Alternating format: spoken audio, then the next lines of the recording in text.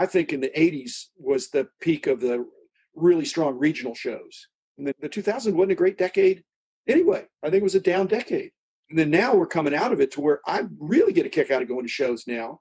And I'm just doing local ones, and I'm going to expand the shows I'm going to. Are you really? I was signed up to go to the Toronto Expo, and it got canceled, the one in May. Last May, when the COVID. Okay, right. I signed up like in February, got my ticket and all that stuff. But in March, is not looking too good here.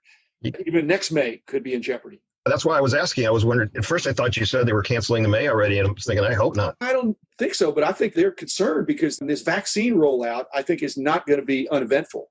I think there are going to be some hiccups on that.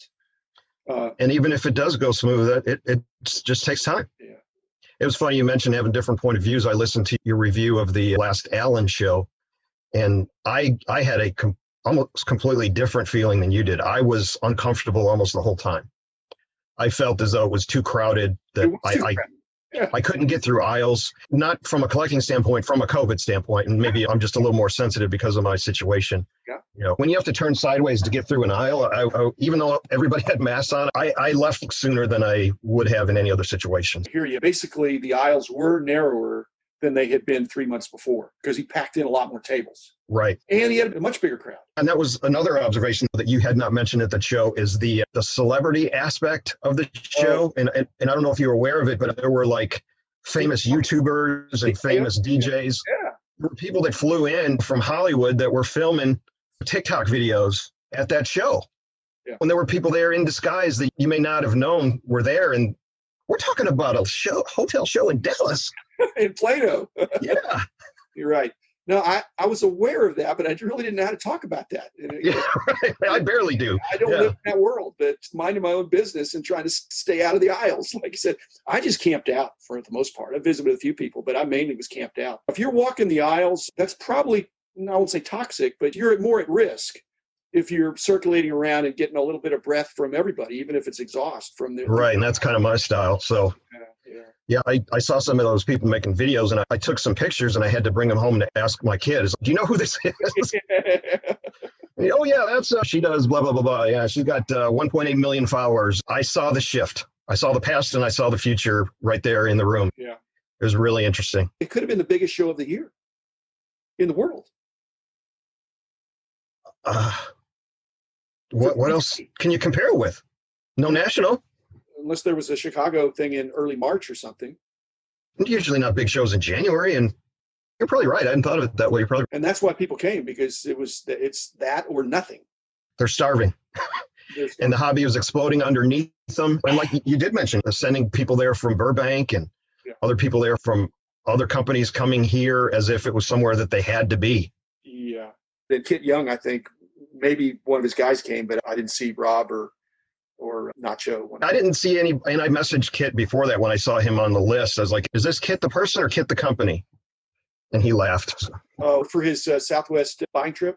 Yeah. When Kyle said that he was going to be at the show. His buying trip was going to go through Dallas. Oh, really? Yeah, and I had contacted them, and I said, if he's here, let me know, because I'll make a special effort to connect wherever he is. There wasn't that much vintage there compared to shows, just mainly news. Definitely not. As befits our celebrity influencers that are around. They want to know what's the latest thing. If you wanted to do something on the Maradona passing, or like Pele is probably next. Are you moving into soccer a little bit more? Oh, I have been for years, yeah. Because I think soccer is already taken off. People complain about, hey, price guides, there's no value there. I'll tell you what, if there would be a price guide for soccer, people would like to have a frame of reference other than looking up every card. Or just soccer in 2020 is a whole nother world than it ever has been. It's just exploded. They get to call rookie cards anything for anything. Everything's a rookie card because it's whatever the league or the brand or the... Exactly. And what's interesting is the collectors, in a sense, don't care. They are excited to have multiple rookies. A Champions League rookie, a Premier League rookie, his first MLS card. And it used to be that would bother me because I grew up in the single rookie day, but it doesn't. I'm loving it in soccer because it's just more viable products. Well, and discouragement for collecting foreign issues, if you go back far enough, that they won't get. And now for soccer, it's the opposite. And thankfully, they're not just stickers now, that there are actually cards. And that was always a big negative, is that we don't collect stickers here. And in England, that's what they collect. And well, my problem is you've seen some of my stuff. I've got a lot of those stickers are in the albums. They're stuck. yeah, I don't think I can get them unstuck. and even if you did, other than the monster Pele's and stuff like that, you're going to end up with no value. Your only hope is to sell a completed stuck book. Yeah. But soccer, that's the majority of my COMC. I have a lot of everything, but that's one of my main focuses there is my soccer.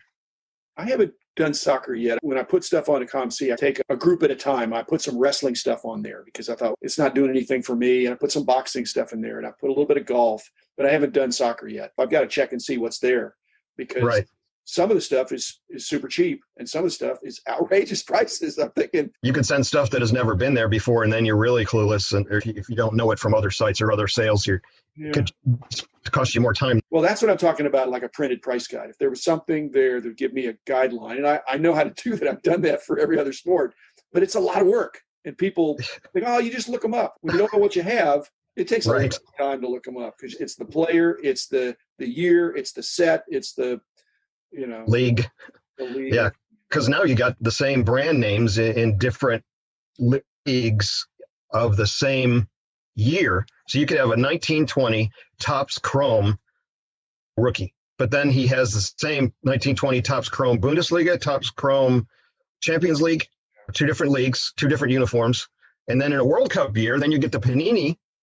And then if he gets bought and sold to the English Premier League, he could end up having an EPL card, and he could have 4 cards from the same year in 4 different uniforms, and they all be rookies. Yeah. I think they can have cards from previous years that are rookies too. They just, I'm not sitting in that chair anymore trying to be an arbiter of fairness. It's a free world. It's the Wild West in soccer right now, I think.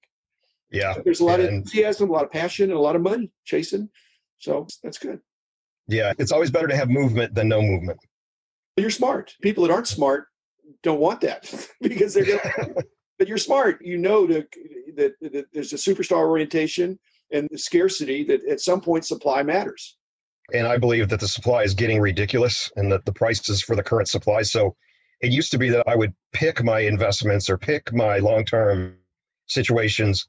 Now the prices that they're getting, I sell everything, because everything is not going to mature. One of these guys will, and I'll regret it, but these other guys won't. So if I sell everything here, as opposed to a lot here and one here, I'm happy, because they're not all going to pan out. You sell, but in groups, or you talking about COMC, or you talking about eBay, or where are you? COMC, eBay, grading. Like I do a lot of the Topps Now stuff and the Panini Instant, and because really in a lot of senses, that's the only product you can get unless you're camping out, or a lot of times you can't get the release product. But I'm doing a lot of the Topps Now stuff and living set, and I submit a good handful of grading and trying to find the rookies. And it used to be I would pick and choose. Now I get them all because they all sell, and it's just stupid. It won't be stupid forever. Eventually there'll be more order coming to it as more people come into it. And when people realize that these print runs in the thousands should not be bringing the prices that they're bringing, and I'm not going to regret it later. I'm just not. I think I agree with you.